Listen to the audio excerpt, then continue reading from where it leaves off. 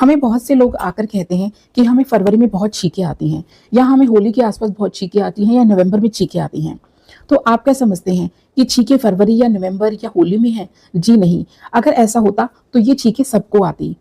बात तो ये है कि आप किसी चीज़ से ट्रिगर्ड हो गए हैं।